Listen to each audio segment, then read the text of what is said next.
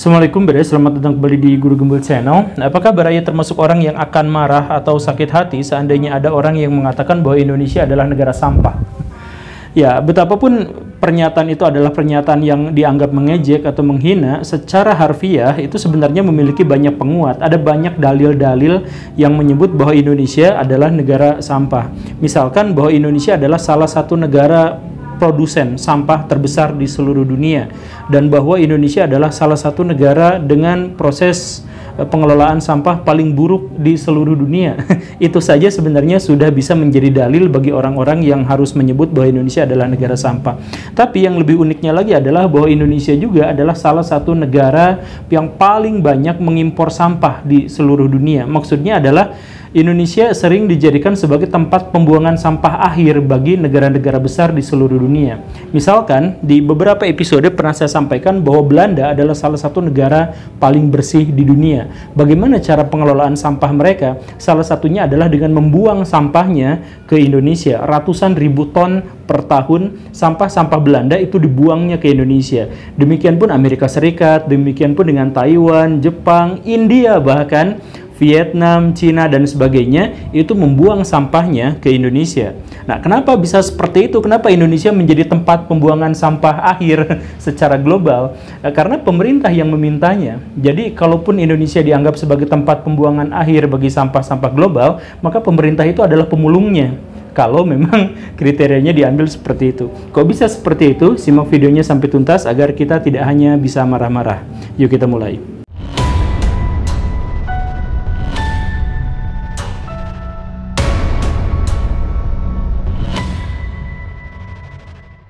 Negara yang paling banyak memberikan sampahnya kepada Indonesia itu adalah Belanda, kemudian diikuti oleh Jerman, dan berikutnya adalah Belgia. Ada banyak daftar berikutnya di belakangnya, tapi tentu saja tidak usah disebutkan. Nah, kenapa negara-negara yang dimaksud itu bersedia untuk membuang sampahnya ke Indonesia? Ya, tentu saja mereka mendapatkan keuntungan yang sangat luar biasa, triliunan rupiah dari buang sampah ke Indonesia. Pertama, misalkan Belanda, tentu saja Belanda menjadi negara yang tidak usah repot-repot mengelola sampah, dan karena itu mereka bisa menekan biaya pengelolaan sampah di negaranya. Mereka untung yang sangat besar dari situ. Kemudian mereka juga bisa menikmati pariwisata yang sangat tinggi. Belanda adalah salah satu negara di Eropa yang menjadi pusat kunjungan wisatawan asing. Karena apa? Karena kota-kotanya tertata rapi, karena di sana orangnya baik-baik, dan yang paling pentingnya adalah karena di sana bersih. Jadi orang Belanda itu berbeda sama orang Indonesia. Jadi kalau misalkan ada wisatawan asing datang ke Indonesia, mereka harus datang ke satu tempat-tempat tertentu untuk bisa menikmati pariwisata. Begitu kan? Sedangkan di Belanda, Baraya bisa datang ke tempat manapun di Belanda, itu adalah tempat pariwisatanya. Jadi mereka itu semuanya indah, semuanya rapi, semuanya terkelola dengan baik, dan yang paling penting semuanya bersih. Nah, dari mana bersihnya? Ya tentu saja buang sampahnya ke Indonesia. Jadi mereka mendapatkan keuntungan yang sangat luar biasa dari segi pariwisata setelah membuang sampahnya ke Indonesia.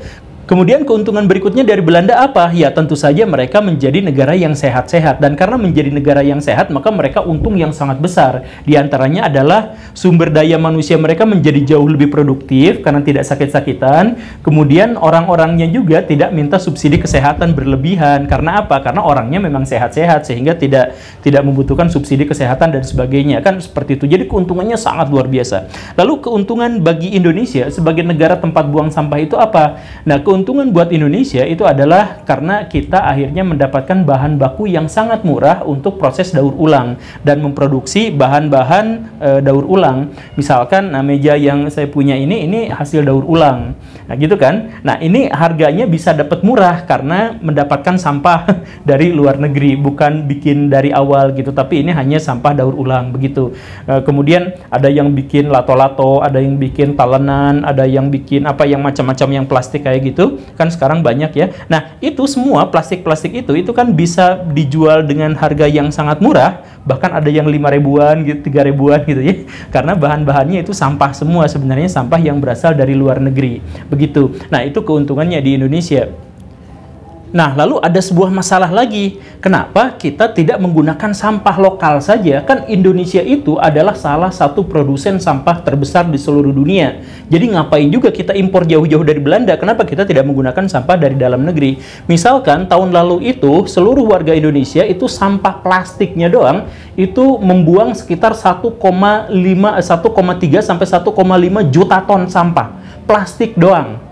Dan 40%-nya itu dibuang ke lautan, sehingga lautan kita menjadi sangat tercemar. Nah, kenapa kita tidak menggunakan sampah yang segitu banyak saja untuk proses daur ulang? Nah, masalahnya ternyata sangat sederhana, yaitu sampah-sampah yang kita buang itu tidak kita pilah. Jadi baraya di rumah tangga kita, di halaman kita, RT RW kita, atau kita datang ke taman-taman, biasanya tempat sampah itu dibagi menjadi 3, sampah berbahaya, sampah organik, dan anorganik. Tapi siapa yang mau memilahnya? Sebenarnya tidak ada, atau sedikit sekali yang mau memilahnya. Bahkan sistem kita tidak terkelola agar kita bisa memilah sampah yang seperti itu. Nah, karena sampah itu bercampur satu sama lain, ada nasi rawon campur sama batagor basi, campur sama HP bekas yang berbahaya dan sebagainya, itu bercampur baur di situ, juga ada popok, ada kondom bekas dan sebagainya, campur dan menjadi satu. Maka upaya untuk memilah sampah plastik agar bisa didaur ulang dengan sampah yang lain itu menjadi sangat mahal, lebih mahal daripada kita mengimpor sampah dari negara-negara lain gitu. Dan akhirnya apa? Sampah-sampah ya kita ya disimpan aja dalam gunung, dibuang ke sungai-sungai, dibuang ke lautan dan sebagainya.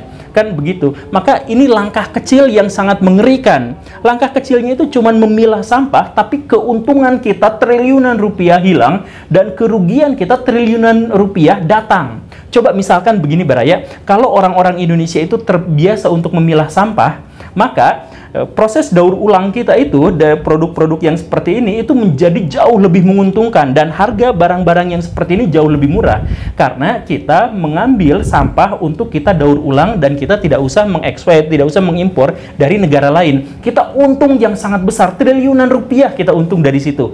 Kemudian keuntungan yang tadi itu, negara Indonesia itu adalah negara tropis. Negara tropis itu adalah negara yang sangat indah karena tanahnya sangat-sangat subur. Kalau tanahnya sangat subur, maka lahan pertanian kita itu bisa menghasilkan pangan kita itu dalam jumlah yang sangat besar. Sayangnya, pangan kita itu tidak sebesar seharusnya. Lautan kita tidak menghasilkan sebesar seharusnya, sawah-sawah kita tidak menghasilkan sebesar seharusnya. Kenapa? Karena tanah kita tercemar. Nah, karena tanah kita tercemar, maka pupuk kita membutuhkan lebih banyak, kemudian rekayasa genetik kita membutuhkan lebih banyak, dan lain sebagainya. Kan begitu. Nah, karena itu kita rugi besar dari hanya memilah sampah itu saja. Kemudian kerugian kita berikutnya apa? Kerugian berikutnya adalah tentu saja wisatawan asing. Wisatawan itu yang mau datang ke Indonesia itu 85%-nya hanya ke Bali saja, nggak ada ke tempat yang lain. Kenapa sih seperti itu? Karena tempat-tempat kita di tempat yang lain yang sebenarnya sangat indah, sangat bagus itu tidak terkelola dengan baik.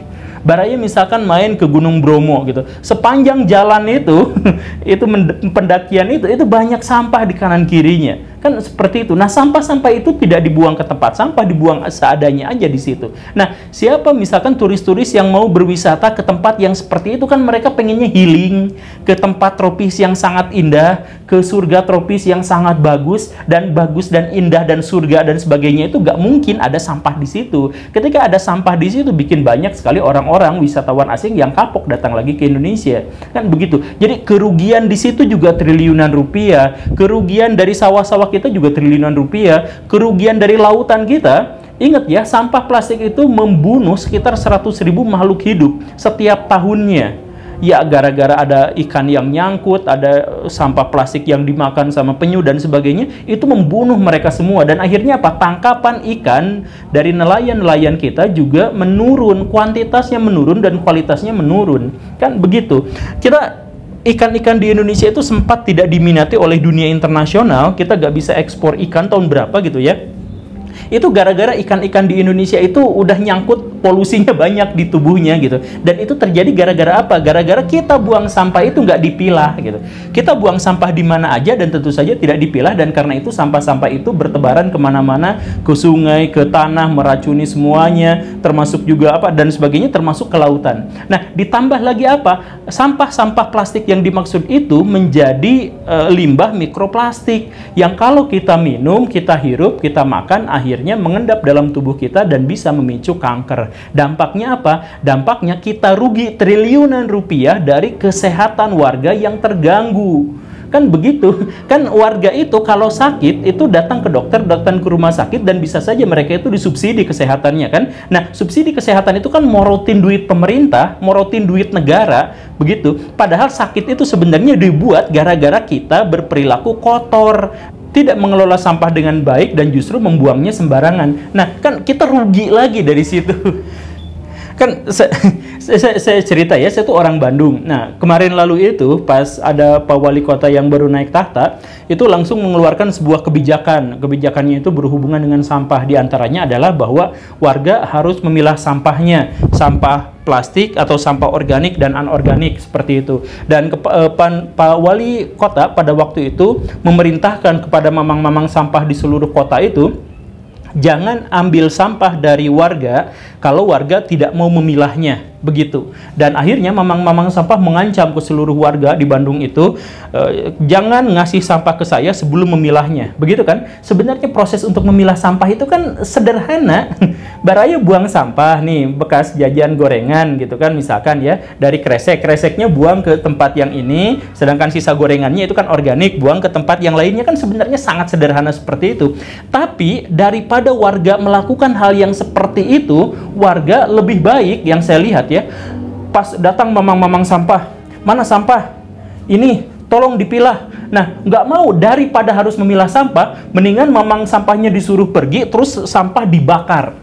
Itu saya itu ngalamin, aduh sedih banget itu. Pas pagi-pagi saya pengen menghirup udara segar gitu, keluar rumah gitu ya. Tahu-taunya yang seharusnya udara itu bersih, enak, sejuk gitu, itu baunya luar biasa. Karena apa? Karena banyak orang yang bakar sampah.